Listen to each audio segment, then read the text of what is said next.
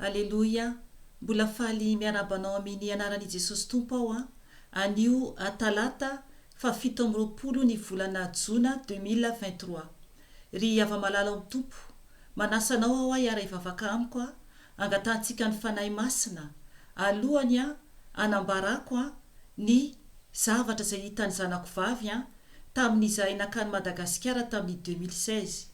Napatsihivy ny Tompo ahy fa tokony aho amerina anotany tsara ny zanako vavy zany satria tiany Tompo hokasina isika tsiraray avy. Izahay aloha dia ianareo izay iainy koa ny video satria Tompoko noho ny fitiavany Tompo antsika dia tiany isika hiala hisaraka tanteraka amin'ny zavatra ratsy rehetra eto ambonin'ny tany. Ka manasanao ao hiara ivavaka amiko ametrahantsika n'izao fotoana izao eo anatrehan'i Jesosy sy hitariany fanahy masina ahy sy anao koa mba tena ampisokatra ny masom-panahintsika ary mba tena ampaherentsika hifoazantsika tanteraka ao anatin'ny toromasom-panahy mba hiambenantsika mandra-piavian'i Jesosy eny amin'ny raha an-lanitra na ohatra ho faty koa isika alohany hiavian'i Jesosy ka sosanatria ka afobe novantanina raha ohatra tsy mibebaka isika dia zava-doza mandrakizay satria mandrakizay ny any amin'ny afobe ka tsy afaka hiala intsony isika na iza raha sanatria ka maty ao anatin'ny fahotantsika. Ka hiara ivavaka isika Tompoko.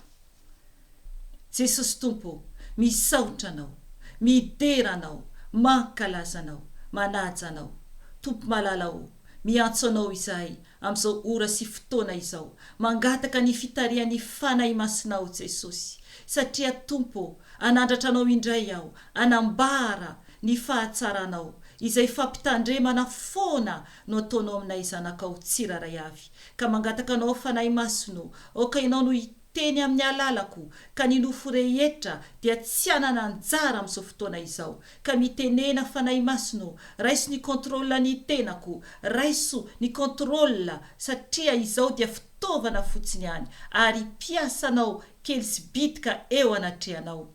Mangataka aminao koa fanahy masino, oka ianao no hikasika ny olonao tsiraray avy mba tena hifoa ny tsiraray avy ary tsy ho zatra fotsiny ihany hiaino na hivavaka tsotra amin'ny fomba fanaonay zanak'olombelona izay tsy amin'ny araky ny fanahy fa oka Tompo oka tena hifoa ara-panatokoa ary tena hanatona anao amin'ny tahotra sy ny ovotr'Andriamanitro ny olonao tsiraray avy. Jesosy Tompo, mangataka ny ranao, andrakotra sy ny ankonako ary ny asanao sy ny olonao tsiraray avy. Ka amin'ny anaranao Jesosy no andidiko sy androako ny asa maty Satana rehetra dia adorana amin'ny ranao zany satria ny ranao dia afo mandevona mandany ny fahavalo rehetra ka tsy manakery tsy manapahefana aminay izany fa miverina ny andavaky ny fariafy izany. Misaotra anao Jesosy satria ny ranao dia manda afo manodidina anay ka misandrata Tompo eo anatrehan'izao tontolo izao satria Jesosy ho avy ianao Jesosy akanay olonao tsiraray avy. Misaotra Jesosy afenao ambany tana maherinao ao Jesosy andro amanalina satria ianao no antsoko, ianao no tompoko, ianao no fiainako Jesosy arovy izay olonao tsiraray avy Jesosy eo ambany tana maherinao satria ianao no rainay, piaro anay andro amanalina. Misaotra Jesosy aleluia, amen. Ry ava-malala ao amin'ny Tompo, anio dia anambara aho zavatra naseho an'ny Tompo tamin'ny zanako vavy tamin'izahay nanao vakansa tany Madagasikara tamin'ny 2016. Io zavatra io dia efa ela no nambarany zanako tamiko fa anio izany vao tonga ny fotoana anambarako an'izany. Ry havana, tonga dia hijoro vavolombelona ako dia rehefa aveo misy verseray izay hovakintsika anamarina ny fanahy masina ny amin'ny fampitandremany antsika tsiraray avy na iza ianao ka mbola miaina ao anatin'ny fanompo-tsampy. Zay zany no zava-doza lehibe. Ny zavatra niseho zany tompoko a dia tamin'ny 2016 hoy aho a dia nandeha nanao vakansa tany Madagasikara izahay. Dia indray andro zany a dia noentiko zany ireo zanako a niaraka tamina namana moa zany a dia havana koa zany a niaraka taminay a dia nandeha zany izahay a andeha ny visite a any anaty rova ao Antananarivo zany. Dia no ny tonga tany izahay dia nanomboka zany a ny visite ny anaty rova ary nisy gida zany a no nanazava izany a ny mombamomba ny anaty rova ohatra ny fahazarana zany a any amintsika. Ry havana tamin'izany fotoana izany a dia mbola tanora kely mihitsy ny zanako, zany hoe na de efa mpivavaka izahay a dia mbola zany hoe tsy nieritreritra hoe tsy tsara antsika zanak'Andriamanitra izay efa tena mifo tsara izany a no mandeha sy mandeha mijery anireny toerana ireny. Satria ry havana dia izao, ilay toerana io anaty rova io a dia mazava tsara fa ny fanompo-tsampy, ny fanompona ny maty sy ny firesahana amin'ny razana sy ny fivavahana amin'ny hoe Andriamanitra sy ny razana dia efa mampiditra devoly ao amin'ilay toerana aloha. Ary koa zany a ny zavatra izay nisy zany ao amin'ilay toerana teo aloha ary ny zavatra niainany ireo olona tao amin'io toerana io. Dia no ny tonga tany zany izahay dia no ny aveo a no ny niditra tao amin'ny tranony Andrianampon'ny Merina tadidiny zanako tsara mihitsy zany a ny anarany ilay izy. No ny niditra tao a raha miditra zany ianao a dia ohatra ny misy toerana fipetrahana zany a eo dia misy potra eny ambony zany eny amin'le tafo eny ambony eny, zany hoe potra kakazo izy io, hazo lehibe zany a no fahitana anazy io. Dia no ny teo ampanazavana izany ilay gida dia ilay zanako vavy a hoy izany hoe natrakany zany a ny masony nijery eny ambony izany amin'ilay eny akaiky ny plafond zany dia hitany zany teo amin'ilay potra eo amin'ilay kakazo be ery ambony zany a dia no nefa nijery aho izy a dia hitany a misy zany hoe ohatra ny aloka maintimainty zany a ny vatany izy io fa ngezangeza ihany hoy izy. Dia mbola nijery ihany izy zany satria aloka maintimainty zany a no hitany aloha. Dia no nefa nijery tsara hoy izy a dia nahita maso anankiroa mijery azy ary lay maso anankiroa hoy izy a dia ohatra na masona saka izany ilay maintimainty eo ampovoany, zany hoe ilay voamaso ilay maintimainty iny zany a dia lavalava tsy ohatra ny tsika zany a tsy boribory le eo ampovoany zany a fa lavalava ohatra ny masona saka zany ary maintimainty be zany a ny ao anatiny ilay lavalava. Dia ny ao arinany zany a azafady fa jereko kely ilay soratra satria tsy tadidiko a no ny teneniny.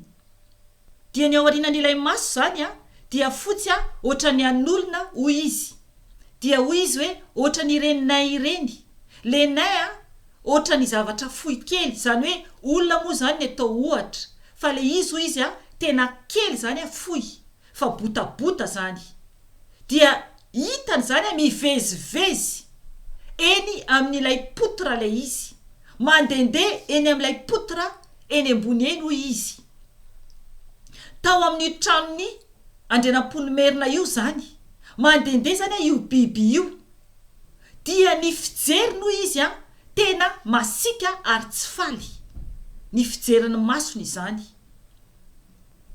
Ry havana tsy fantatro hoy ny zanako na vaziba na kalanoro fa izy irery no nahita an'io devoly io satria devoly ilay izy. dia tadidiko mihitsy fa nijery koa ako am'le eny ambony eny zany fa tsy nahita na inona na inona ako fa ny zavatra nahazo ahy dia ohatrany hoe hafahafa fotsiny. Ry havana, fatatsika tsara ny amin'ny fanompo-tsampy ao an-tanindrazantsika. Mampitandrina antsika nio Jesosy, mampitandrina antsika nio ny fanahin'ny Tompo. Fa ny toerana maro ao Madagasikara dia feno devoly ny fanompo-tsampy. Feno devoly ny fanompo-tsampy.